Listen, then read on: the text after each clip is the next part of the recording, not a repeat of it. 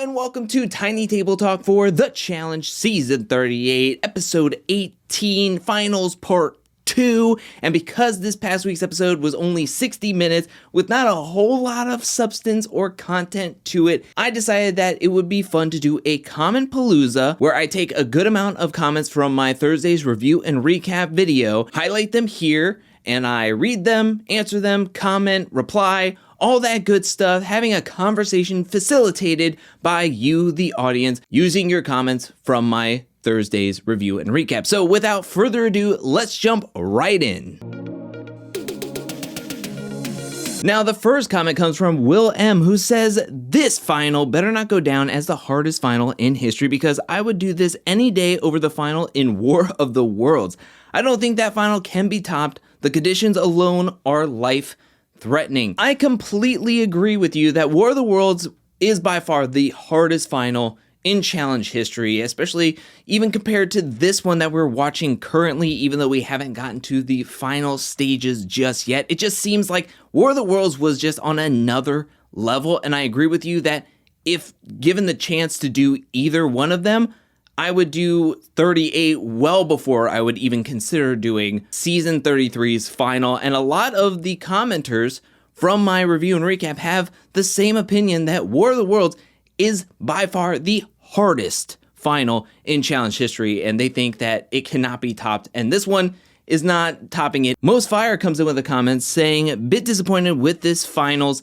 Feels like everything they did so far doesn't really matter. Looks like it's all coming down to one final run or objective. Wish they would have timed everything, let the fastest team overall take the win." I agree. When you have a full day's race with a whole bunch of tasks and all that boils down to a slight head start to the next day and nothing is like accumulating at all, it kind of waters down the competition, kind of like what we get with Bananas and Nani helping out Jordan and Anissa and vice versa in that final puzzle in the first full day of the finals when they're doing the Crazy 8 puzzle and they're helping each other. They're like, this has no bearing on the overall final standings or the end results of who's going to win. This only factors into when we get to go to sleep and when this day is over, which I get it. They're trying to make it more competitive coming down to the final day and that it's not a complete blowout, but it just makes being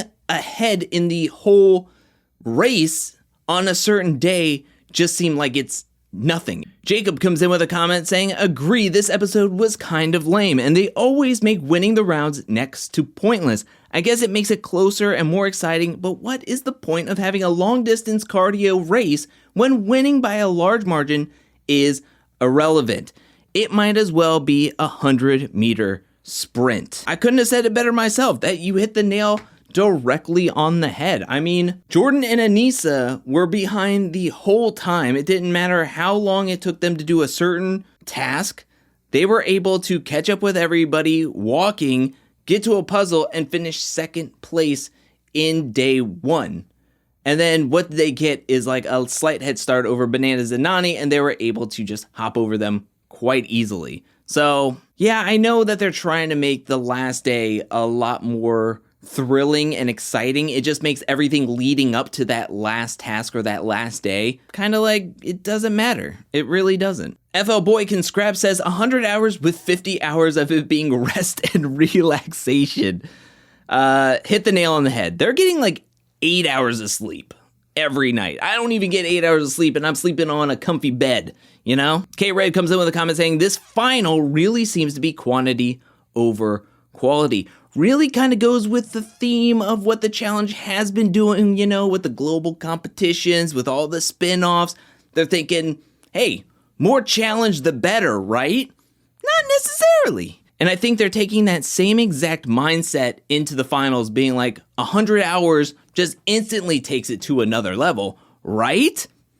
Not so much. When the substance and entertainment just doesn't feel there for the audience, is it really that thrilling at the end of the day? Because you're putting on a TV show not only to make things harder for the contestants, but you're also doing it to entertain us as the audience. And it just seems like, from my opinion and reading a lot of the comments from my Thursday's review and recap, that a lot of people have the same experience or thoughts of these finals that it's just lacking. It's lacking in some substance, some content, and it's also just not that thrilling to watch at this moment. Tommy's coming in with a comment saying, so far this final is a middle tier final, but this final episode could be great if they do it right. I hope they do it right. I've been waiting so long for this cornfield, this maze. I love the structure. I love that they're doing something at night. It looks grand. It looks incredible.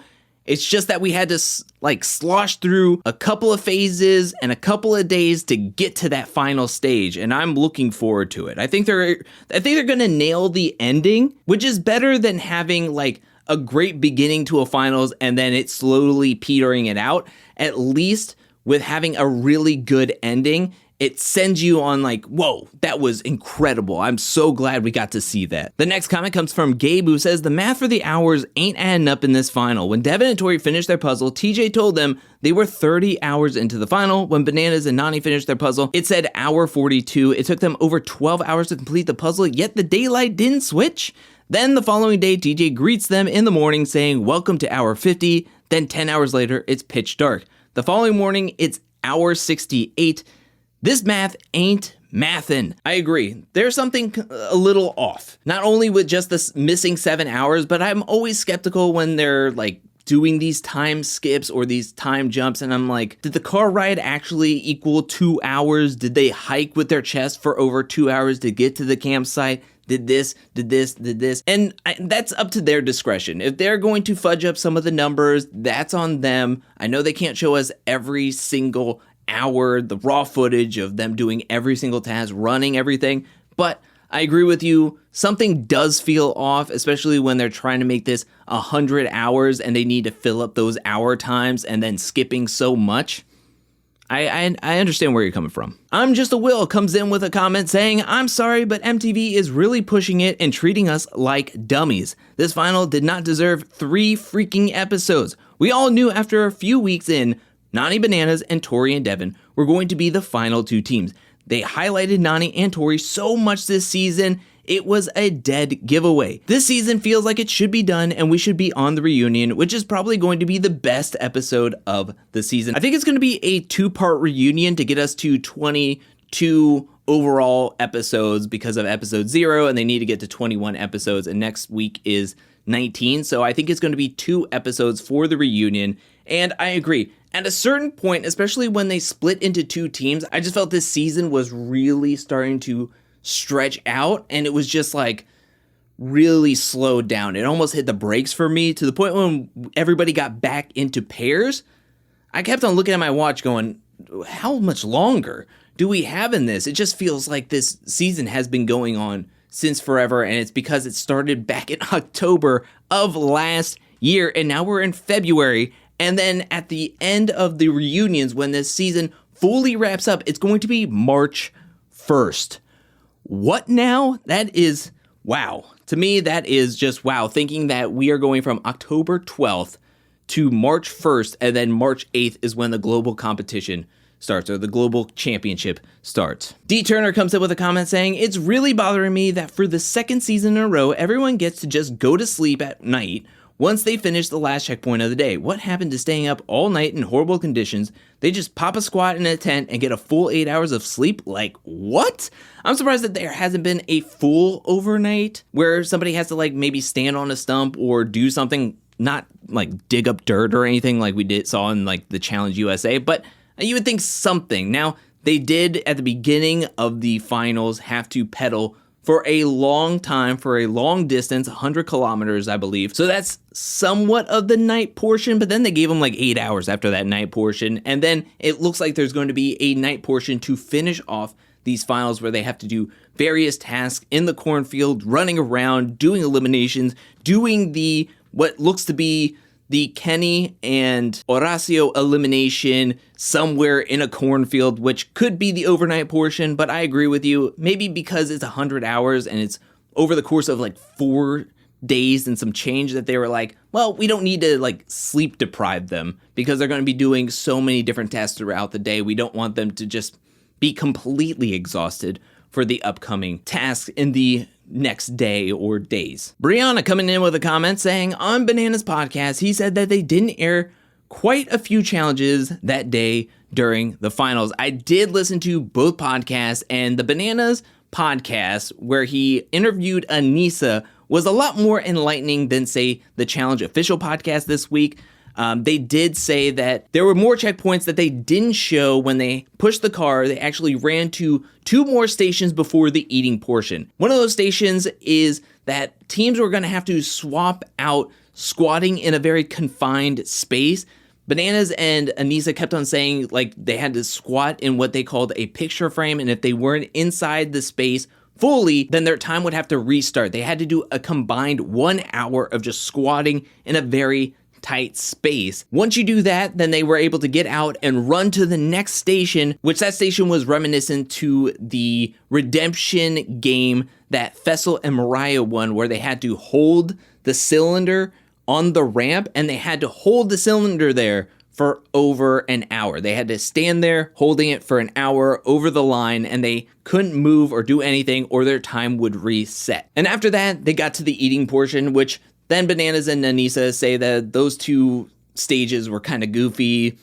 It must have been really boring to see people just squatting and holding something for over an hour. I'm surprised they didn't at least show a time lapse of either one of those stations. I'm guessing that nothing changed, as when everybody was running into the eating portion, you had Tori and Devin coming in first.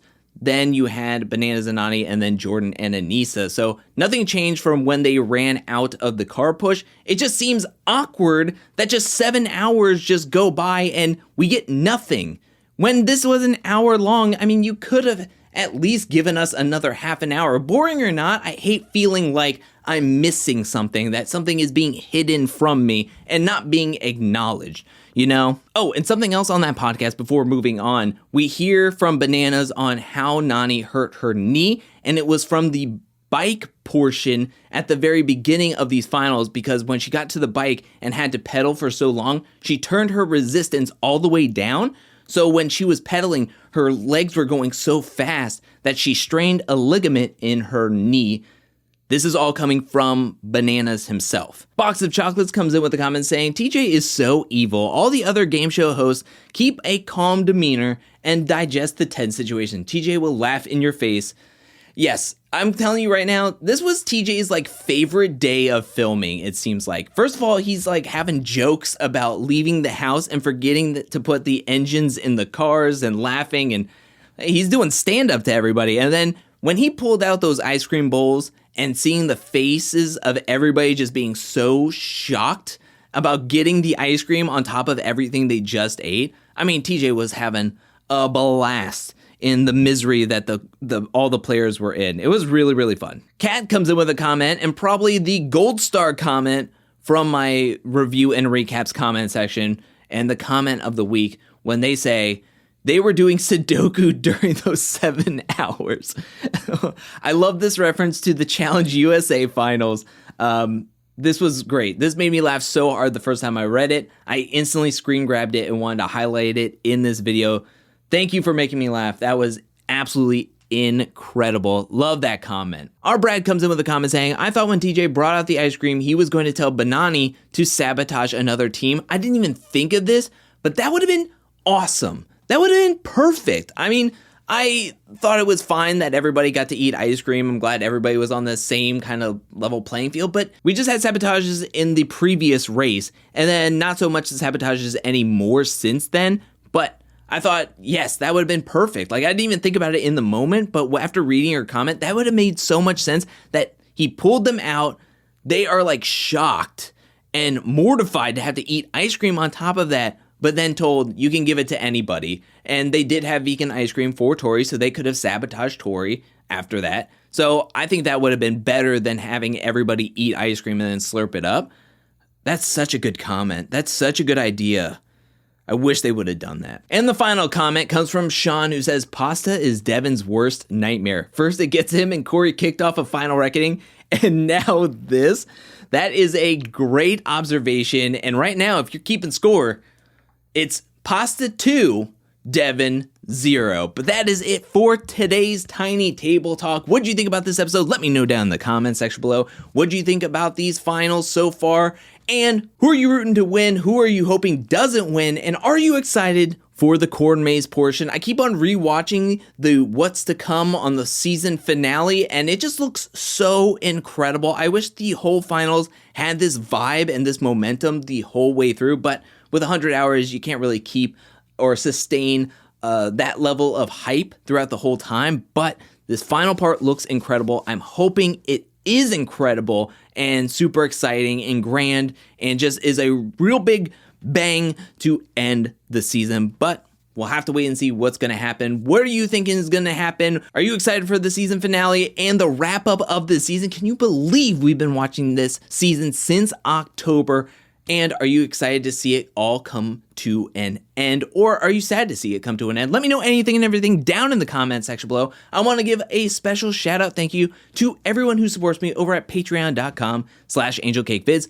Thank you for your support. Thank you for your generosity. Thank you, thank you, thank you. And I also want to shout out Klaus for being a true MVP, as well as everybody who is still watching this video up to this point. I'll be back really soon with more Challenge 38 content, more challenge content, more content in general. But until then, peace.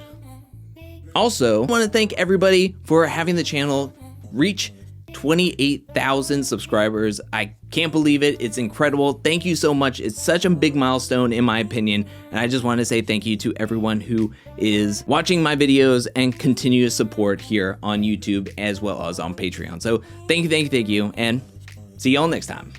Peace. Another piece. Take 2 for the road. 2 for the weekend.